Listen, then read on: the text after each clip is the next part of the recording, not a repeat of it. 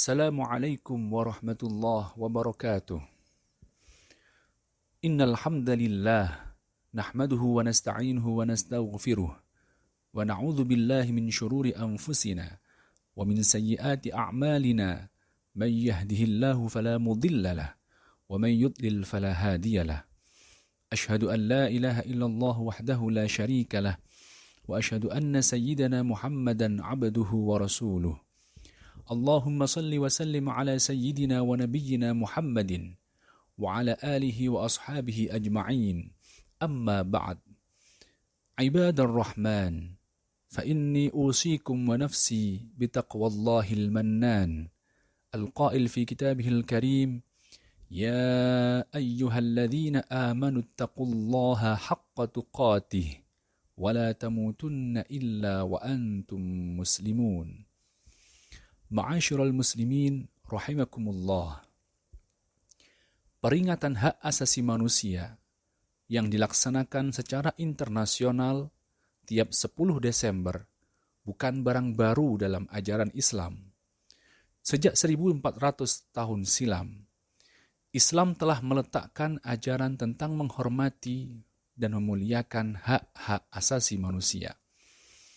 Tidak hanya hak asasi manusia, bahkan hal-hal yang berkaitan dengan hewan, lingkungan alam, tumbuh-tumbuhan, dan sebagainya juga mendapatkan perhatian sebagaimana mestinya dalam ajaran Islam.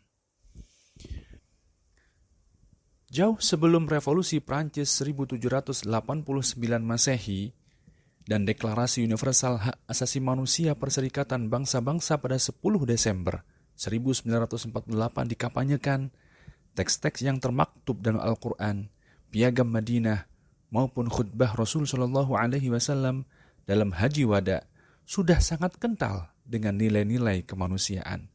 Karenanya, tidak heran jika umat Islam tidak asing dengan hak asasi manusia.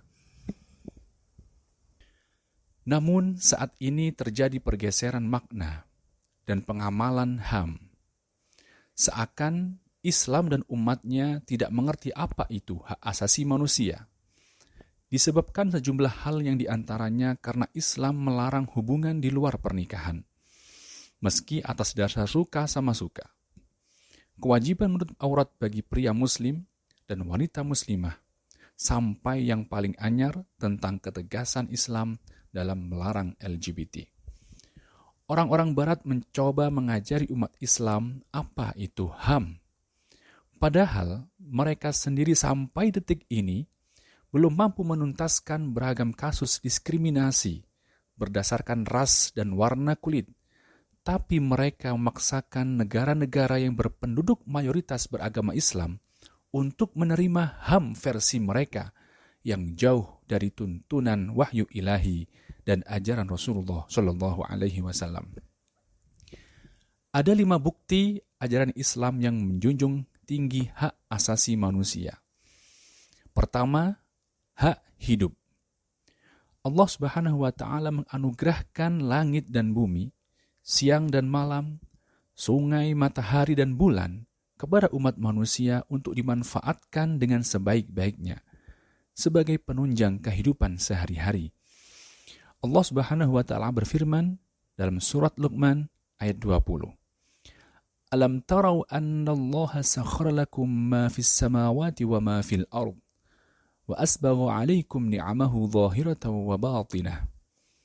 Tidakkah kamu perhatikan, sesungguhnya Allah telah menundukkan untuk kepentinganmu apa yang di langit dan apa yang di bumi, dan menyempurnakan untukmu nikmatnya lahir dan batin. Selain itu, Islam sangat menjaga darah, harta, dan kehormatan seorang manusia, sehingga jangan sampai mudah ditumpahkan, diambil, dan dicemarkan. Rasul SAW bersabda, "Fa inna dima'akum wa amwalakum wa a'radakum bainakum haramun kahurmati yaumikum hadha, fi syahrikum hadha, fi baladikum hadha." Sesungguhnya, darah dan harta kalian haram bagi sesama kalian, sebagaimana haramnya hari ini, haramnya bulan ini, di negeri kalian ini. Jemaah salat Jumat yang berbahagia, kedua, Islam mengajarkan hak manusia untuk bebas tinggal di kediamannya. Seseorang bebas memilih di mana ia dan keluarganya akan berdomisili di satu tempat. Inilah hal yang dijaga dalam Islam sebagaimana firman Allah Subhanahu wa taala, "Wallahu ja'ala lakum min buyutikum sakana." Dan Allah menjadikan rumah-rumah bagimu sebagai tempat tinggal. Quran Surah An-Nahl ayat 80.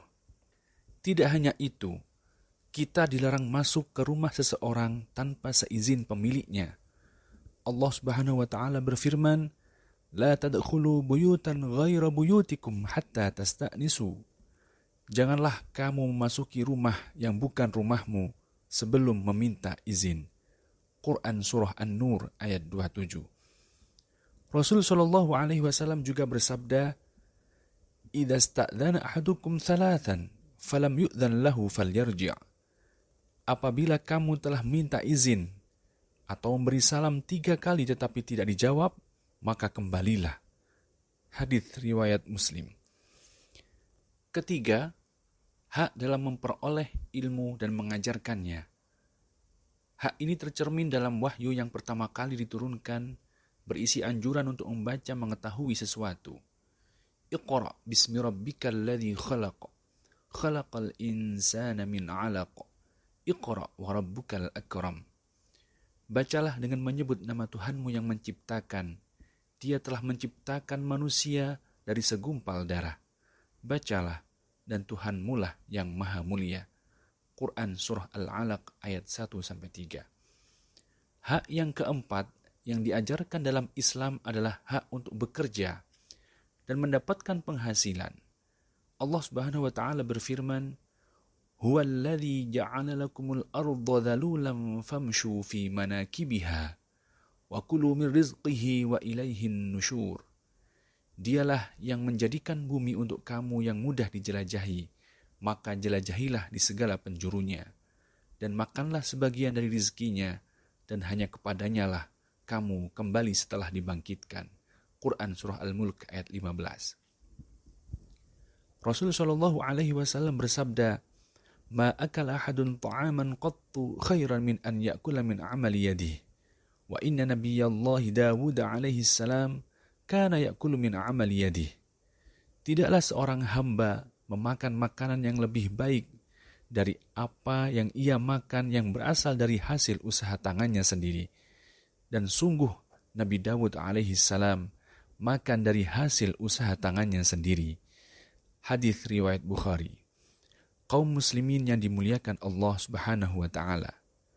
Hak kelima yang Islam letakkan dalam kehidupan ini adalah hak memiliki. Kita ketahui bersama bahwa kehidupan dan apa yang kita miliki adalah mutlak titipan dari Allah Subhanahu wa taala, dan semua akan kembali kepadanya. Dia memberikan hak kepemilikan kepada siapa saja dari hambanya yang Dia kehendaki, sehingga wajib untuk dihormati dan dilindungi sebagai hak asasinya. Allah Subhanahu wa taala berfirman, "Wa anfiqu mimma ja'alakum mustakhlafina fihi." Dan infakkanlah di jalan Allah sebagian dari harta yang Dia telah menjadikan kamu sebagai penguasanya. Quran Surah Al-Hadid ayat 7. Inilah sekelumit khutbah tentang nilai-nilai hak asasi manusia yang tersurat dalam Al-Quran dan hadis sebagai ajaran adiluhung dan penegasan tentang kewajiban setiap manusia. Barakallahu li walakum fil Qur'anil azim. ونفعني وإياكم بما فيه من الآيات والذكر الحكيم وتقبل مني ومنكم تلاوته إنه هو السميع العليم أقول قولي هذا وأستغفر الله لي ولكم ولسائر المسلمين والمسلمات والمؤمنين والمؤمنات فاستغفروه إنه هو الغفور الرحيم.